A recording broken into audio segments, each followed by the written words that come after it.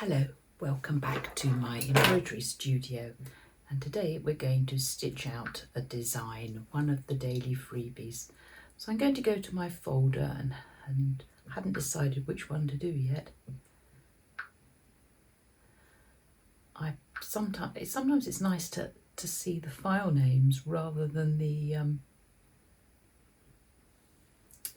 oh yes, yeah, that will do fine. Let's stitch that out in the hoop and see what it looks like. On this Monday morning, before I start embroidering, I'm just cleaning my my bobbin area, and I always clean the feed dogs with a pipe cleaner, just getting that all looking nice as I'm going to stitch something out for you today. So stitch plate back in. And put in a bobbin. It's only a small design, but what I thought today we'd do is we'd play with the colours of the designs, which are part of the freebies. I've put some stitch and tear stabilizer in my 120 square hoop, and then I found a remnant of stitch and tear and put that on. And then I have a little piece here of silk dupion. And I'm just going to iron that in place. I sprayed the stabilizer before I started filming. Right. I'm going to no, that's good. Now I've done everything else except get the colours sorted out.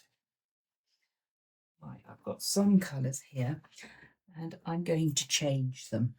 So I'm sorry I'm not showing you my machine.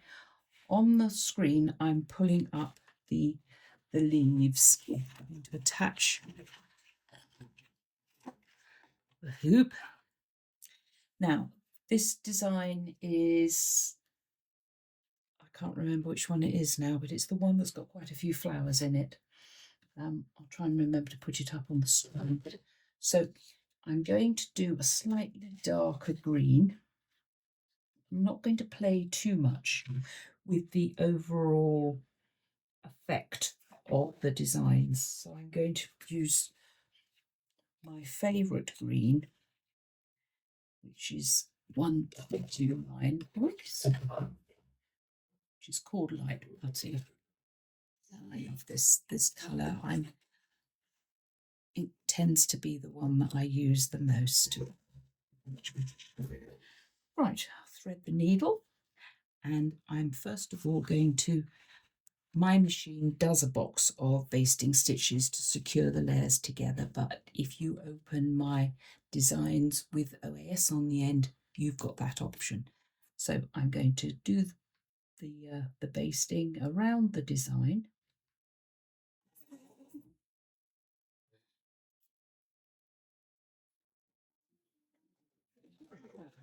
And that just secures it all nicely in place. And it's also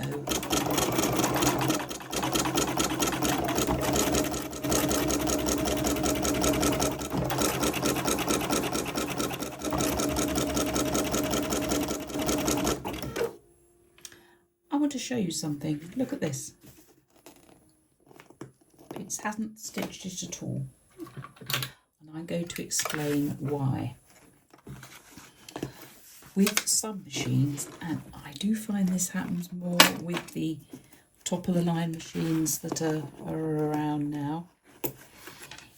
Certainly, I love my Epic 3, but one of the things I have to be very careful is that when I thread it, I get the threads between the tension discs. And because I was filming, I forgot to floss. And this is flossing, where once the thread is through the discs, you move it backwards and forwards. And when you pull down slightly here, just to start the final threading, you can feel that there's a little bit of grip there. If it's all loose, then you know it's not between your tension discs. Now let's do that box and see if we get a better result. Now let's see how it looks this time.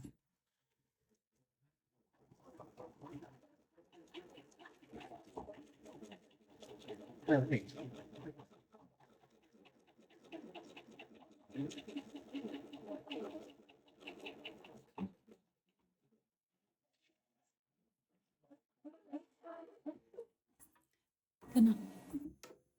I say that I used to get upset when things went wrong when I was embroidering on camera? When I do that, I become a bit of a novice, and things, because I'm dealing with the technical side of things as well as the embroidery, things are likely to go wrong. But I don't worry about it out now, because it's my opportunity of sharing with you that I'm not the perfect embroiderer and what I should do when things go wrong. So I think it's a good little lesson for us all, and I hope that you find it helpful. So I'm going to stitch out the little sprigs of leaves, and while that's stitching, I'm going to go and get some different colours. Right, I've got a few more colours, and you've noticed that I've chosen pinks and mauves for these designs, which so far have not been named, and you're still very welcome to send in ideas of what you think they should be called. Oh dear, these are broken now. Doing well this morning. Right, pushes in there. Cut my thread at the top there and remove the excess. Now, I'm going to keep the back. Oh dear, that's not very nice. The back of the pansy, or the viola, whatever you want to call it. I'm going to do it in just a slightly deeper yellow, more of a gold really.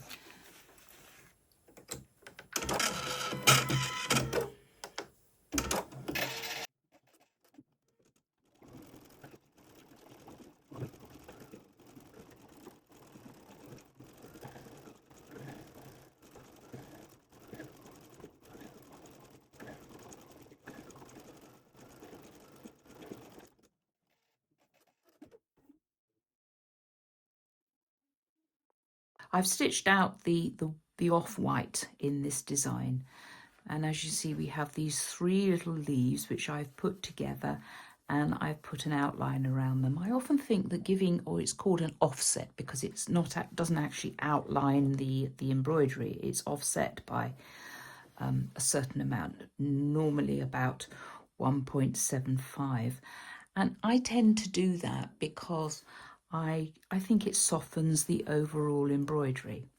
So that is the white. Now, if you've read my blog, you'll see a little bit more about what the different designs are. The next one I'm going to stitch is the feathered edging of the larger flowers, and I've got all sorts of threads here, and I can't. This is meant to be very much a. Oops, didn't mean to touch that. This is meant to be an experiment. There's no planning to this. Now, I don't want to go too dark, which is why I got this colour out. Sometimes if you put the thread on the actual design, I wonder how they'll go together. They definitely don't.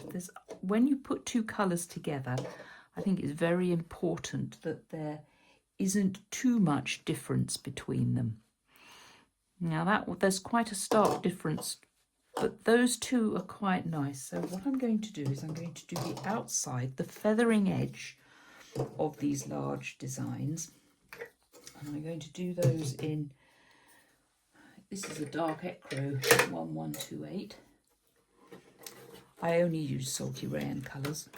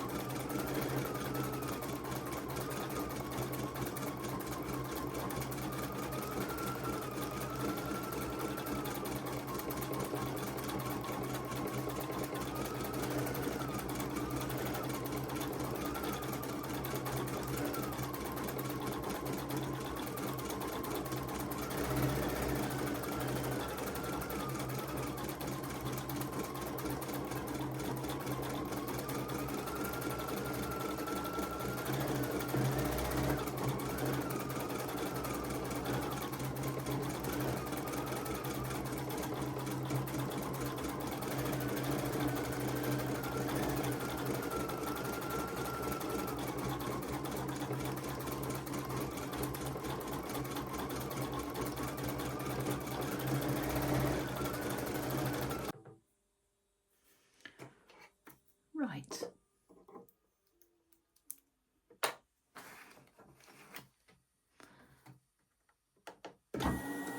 I'll bring that forward a little bit.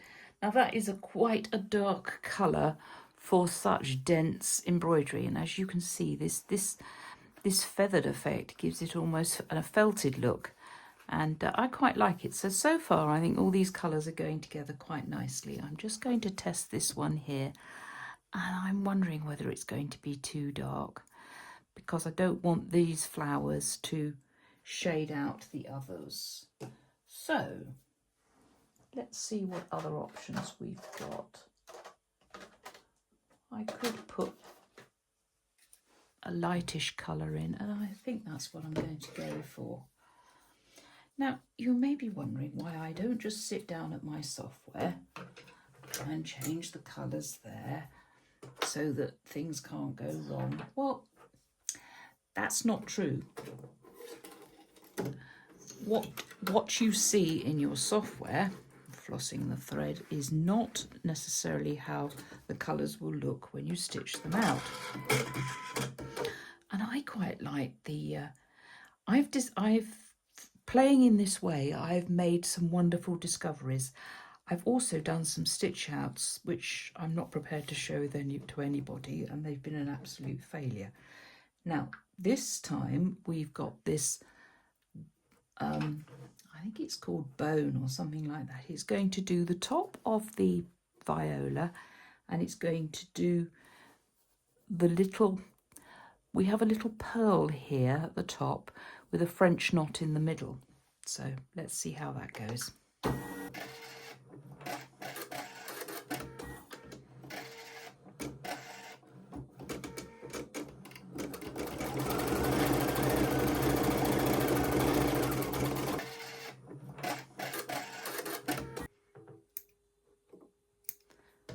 Right, you can call that a French knot or a bead.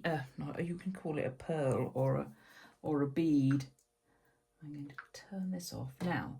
I'm going to do the next colour is going to be the back, the rear petals of my flowers. And if you read my blog from yesterday, you will know that they are based on the milkweed plant, which is very important to monarch butterflies. I've always wanted to grow milkweed, but I've never been able to get hold of the plants here in England. One day I will, but never mind. I've created a stylized flower based on them, so that's the next best thing.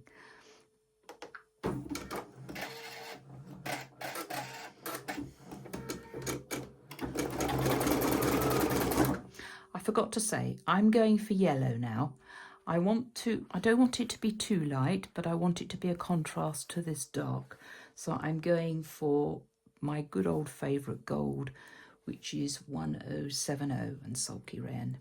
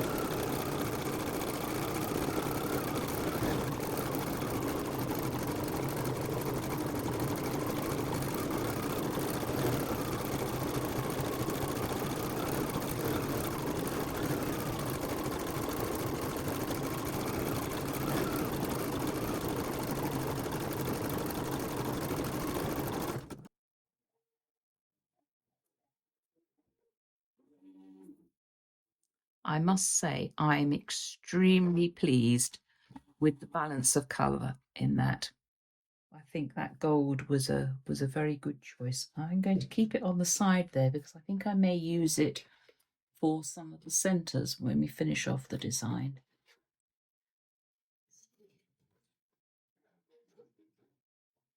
Whoops, it helps if you take the old thread out.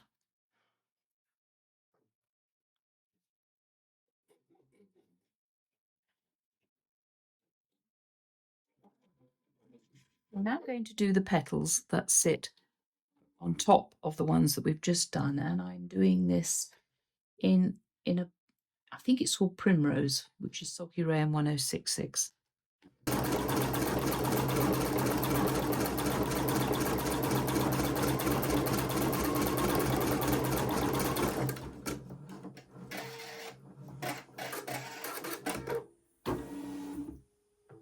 I must say I'm extremely pleased with the balance of colour in that. I think that gold was a very good choice. I'm going to keep it on the side there because I think I may use it for some of the centres when we finish off the design.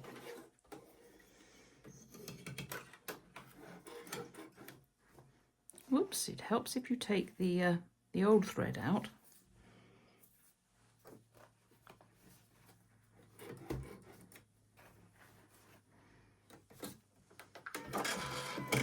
I'm now going to do the petals that sit on top of the ones that we've just done, and I'm doing this in a, I think it's called Primrose, which is Sulky Rayon 1066.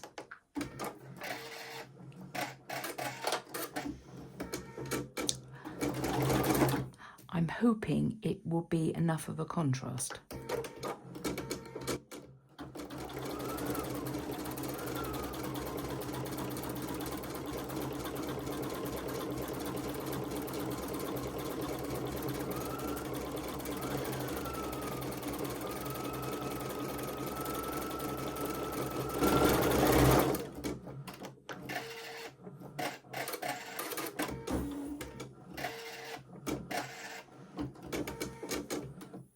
I'm stopping the machine there because looking at it, there's not enough contrast, and I think this lighter 1061 would have been a better option. Now, I can mess the whole design up and change it over now, but I'll stay with my choice. As I say, sometimes this experimental embroidering doesn't quite have the results that you expect, but we'll see.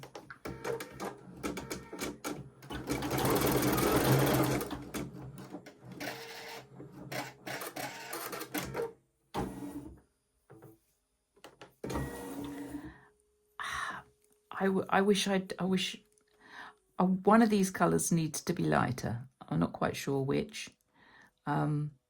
It's not perfect, but it's not as bad as I thought it was going to be. Now we've got the flowers to finish off. So we've got a centre for these two. I'm just going through it there, and we got the middle of those. And then we have the details on the pansy, which is the veins and the centre. Now, what I'm going to do is I'm going to be clever. I'm going to do the centre, the veins on the, and I thought I'd do it with taupe. It'll just add a little bit of depth to the lower part of the leaves, and then when I've done that, I shall make a decision onto which thread to use for all the other centres. And I just have to be careful that I move backwards and forwards on the machine correctly. And remember, because I'm changing the sequence. Right.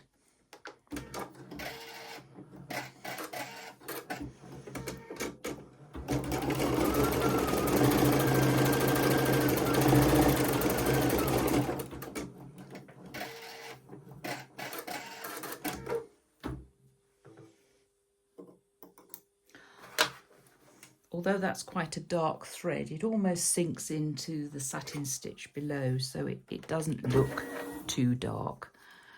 Right, now I had this colour up before, and I'm just wondering whether it'll nicely finish off the centres of all 5 flowers. We could use that one. I definitely wouldn't use that because I've used that already. And I don't want to go any deeper in colour. No, I think that's what I'm going to go for. It's don't know this one offhand. It's 521. think it may be called spice or nutmeg or something like that. Remember, these centres are pretty small, and so when you're balancing out your embroidery, if you have small amounts of dark thread and larger amounts of light thread, it looks better. Have I got that right? If you have too much of the larger areas in dark thread, it throws the balance as far as I'm concerned. Well, it does for my type of embroidery. So let's see whether this works. Now I've got to take it back, and first of all we're going to do the centres of these two flowers.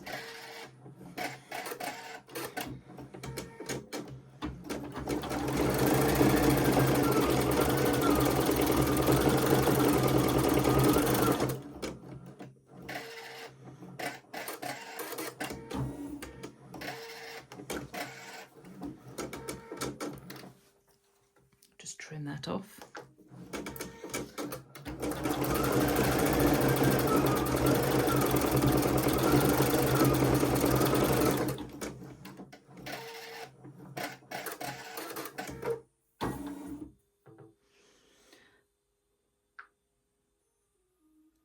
Now it's going to do the centres of these ones. Yeah, I think I can get away with this.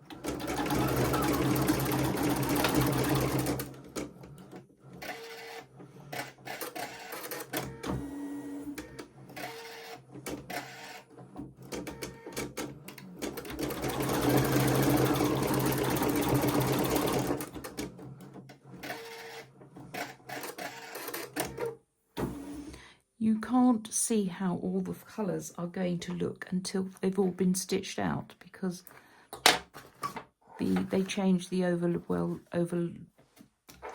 look. Now we don't want to do that one because that's the veins. So now we go on to the next one and we just do the little centre, and then we're done.